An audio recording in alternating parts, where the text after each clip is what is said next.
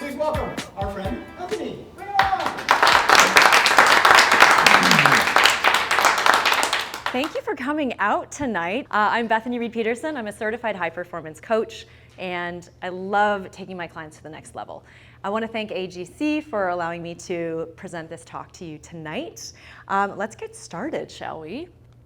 Today we're going to talk about the 6 secrets of the world's highest performers. I got a lot to cover in a short amount of time. So, firstly, we're going to talk about why it is that most people fail to hit their goals. Because if we know that baseline, we can move forward into our next level of momentum.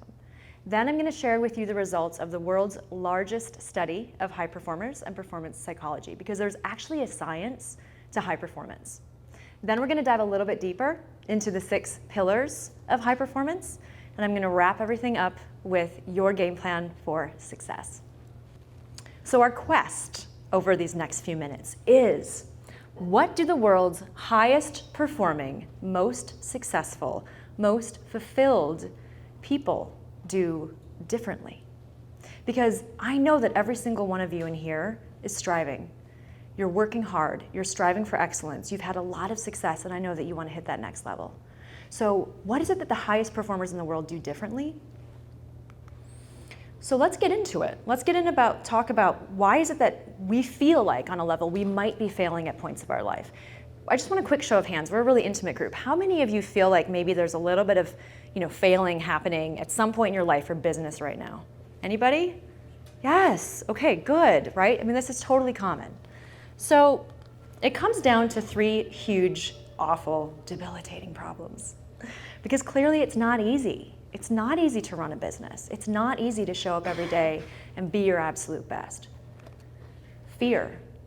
How many of you wake up every single day in a cold sweat, wondering, I don't know where my next client is going to come from. I don't know how I'm going to get that next sale. Or maybe you want to start that business, but maybe you're afraid you're going to fail. You might lose all your money. It'll be a sunk cost. Fear, I would say, is the #1 thing that really holds us back from even taking that first step to our next level of success. Fatigue.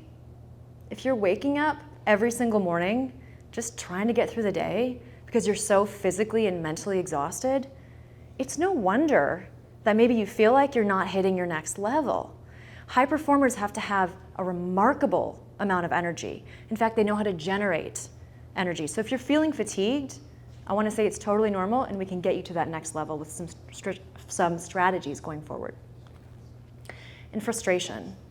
If you feel like you should have much more momentum happening in your business right now, or you feel like you should be further along, you should have been promoted, you combine fear, fatigue, and frustration, and that's a powerful cocktail for feeling like, I don't know how I'm going to get to that next level.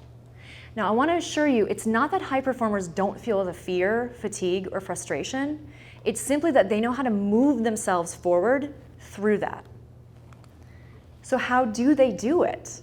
How do these high performers move themselves through the fear, fatigue, and frustration? And how do we know the strategies that we might implement to move ourselves forward too? It really comes down to high performance habits. So I want to talk a little bit about the top line findings of the science of high performance. Now, this was the world's largest study. I don't want to say that it currently is, but at the time it was the world's largest study. It took place over about 3 years. It was spearheaded by a man named Brendan Burchard of the High Performance Institute. He wrote a book called High Performance Habits. I don't know if anyone's read this in this room. Great, perfect. So Brendan spearheaded this study between the High Performance Institute and social scientists at the University of Pennsylvania and UC Santa Barbara. Now, the study asked 3 questions. 1, why is it that some individuals and teams succeed more quickly than others and sustain that success over the long term? 2, of those who do pull it off, why are some, frankly, miserable on the journey and others just quite joyous and happy along the way? And third, the study asked, what motivates people to reach higher levels of success in the first place? And what kinds of support do they seek to keep their momentum and progression going. Now, I'm not going to go through all of these statistics, but what you can literally see, there are literally millions of data points here that were collected. There were hundreds of one-to-one interviews collected with the top 5% of leaders in over 11 countries. There were thousands of empirical results from actual training interventions. The study was vast. I wish I had more time to go into it here, but suffice it to say, it was quite comprehensive. Now, the findings really led to these 6, what we call sort of umbrella high performance habits. So each of the high performers that were in this study exhibited these 6 qualities. The first is seek clarity. High performers are incredibly intentional in their mission. They know exactly what it is they're going for because they're entirely clear in what it is they're doing. Secondly, high performers generate energy. It's not enough to just have energy, we actually need to learn to generate the energy. Third, in their personal life, they raised necessity. They're highly ambitious. High performers really know their why, and in short, they make success necessary. In their social sphere, high performers were highly productive at the needle-moving activities. They learned to develop influence in their community, with their peers, with their clients, their customers, their followers. In short, they really know how to get people behind them to help sustain their mission and make the world a better place. And lastly, high performers demonstrate courage. So again, it's not that high performers don't feel fear, it's just that they feel the fear and they do it anyway. So the definition then of high performance isn't that we have to be an A-list celebrity or we have to be a Steve Jobs. It simply means that we need to succeed beyond standard norms. So we need to know what our standard norms are in the first place so that we can succeed beyond them. Consistently over the long term, while maintaining our well-being and positive relationships. So that's really good news for anybody here in this room that feels like, I really want to get to that next level, but I think I'm just going to burn out. Does anybody feel like that sometimes? Like, I don't know if I'm going to just burn out if I keep going? Yeah, there's a better way. We don't have to do that. And I also just want to say here really briefly that it's not that high performers never failed, right? So it's not that they had consistent success. What they did do consistently was practice these habits and behaviors. So we're incredibly consistent even through failure. Now, what's also highly interesting about this is that high performance was not actually strongly correlated with things like our age, our gender, our nationality, compensation, years of experience. So that's also the really good news, right? And it's not to say that these characteristics or circumstances aren't important to some degree. It's simply to say that they weren't strongly correlated with the findings of who these high performers are and how we can also move you into your next level of high performance no matter where you are right now or your circumstance. In fact, high performers don't so much focus on their strengths. They don't so much ask, what am I good at? How can I focus on my strengths to be better? They instead ask, and this is very important, they instead ask, how can I be of service? And how can I grow into my next level of service to move myself along, to move my community along? Or how do I lead others? So no matter where you're starting out right now, you can grow into your next level. The question remains then, how do high performers get to be that way? How do they develop those habits? And how do you keep growing to succeed over the long term yourself? So let's talk about the 6 pillars of high performance. The first is psychology. Probably no surprise that high performers have mastered their mindset. Secondly, physiology. Of course, we know that we need to eat healthfully, we need to have sleep hygiene, we need to exercise, but physiology is also really about our body insofar as how do we present ourselves to the world? How are we carrying ourselves? Do we use a lot of vocal crutches? Do we have a firm handshake? Do we use power poses? Like, how are we presenting our physiology to the world? Because high performers know how to present themselves in a very confident manner. Productivity. No surprise there. High performers are insanely productive at the things that actually move the needle forward, and that's very important as well. People. High performers have mastered people skills required to get others to lead them, to lead others, to support their mission, to buy from them, etc. So when you think about how do I get to my next level of high performance, focus on the people skills that are going to be required to get you there. Presence. High performers are highly present. Now, that means a couple of different things. One, it means they're not distracted on their phone when they're trying to have a conversation with you at the same time. They're very present in meetings, but it also means that they're very present in the challenges that face them. So they take things and they tackle things head on.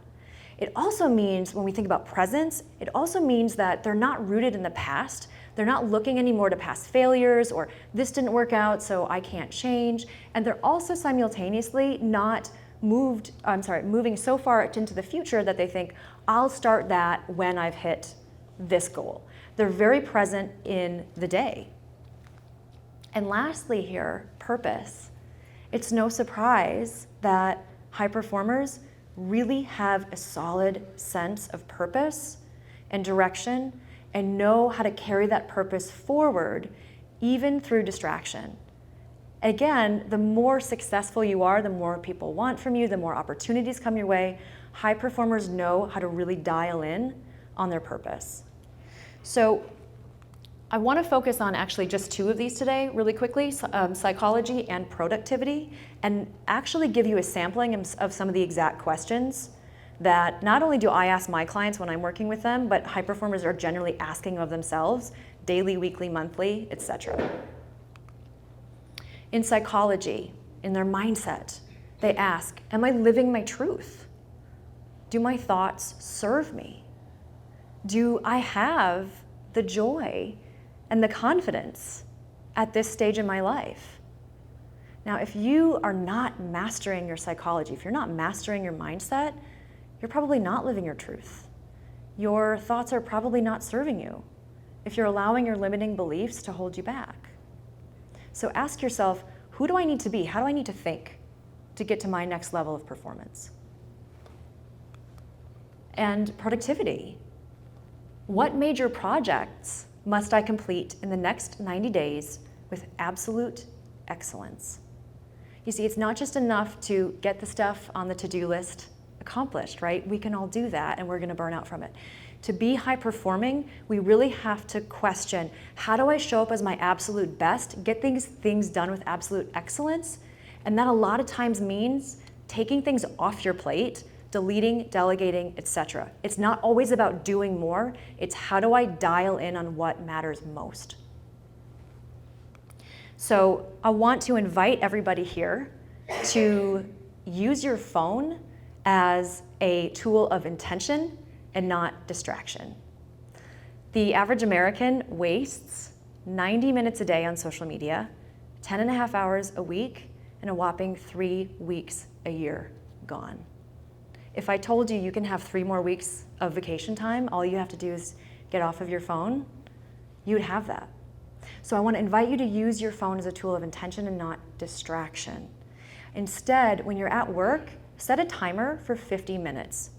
Take a 2 to 5 minute break every 50 minutes, no matter what kind of flow state you're in, no matter if you're in the zone. I guarantee you'll be able to come back to it. You will pace yourself energetically throughout the day, and you'll actually be about 10 times more productive because you're not wasting your time on social media and because you're allowing your brain that time to move ahead. So I wish I could tell you that there's a very simple game plan for success that I can just give all of you, but everyone is so individual. So instead, for your game plan, I want to offer you 10 questions to change your life.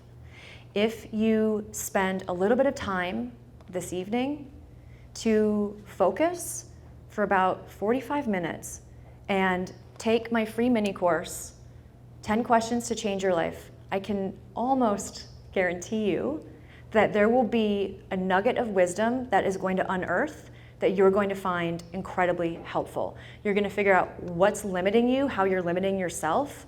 and how you can move forward. So to start on the first step of your game plan for success, ask yourself these 10 questions to change your life. I want to celebrate you, and I want to thank you so much for being here, because again, you could be anywhere tonight. You could be out having fun, and instead, you're having fun here working on yourself and your growth. Don't just take notes, take action. Thank you very much.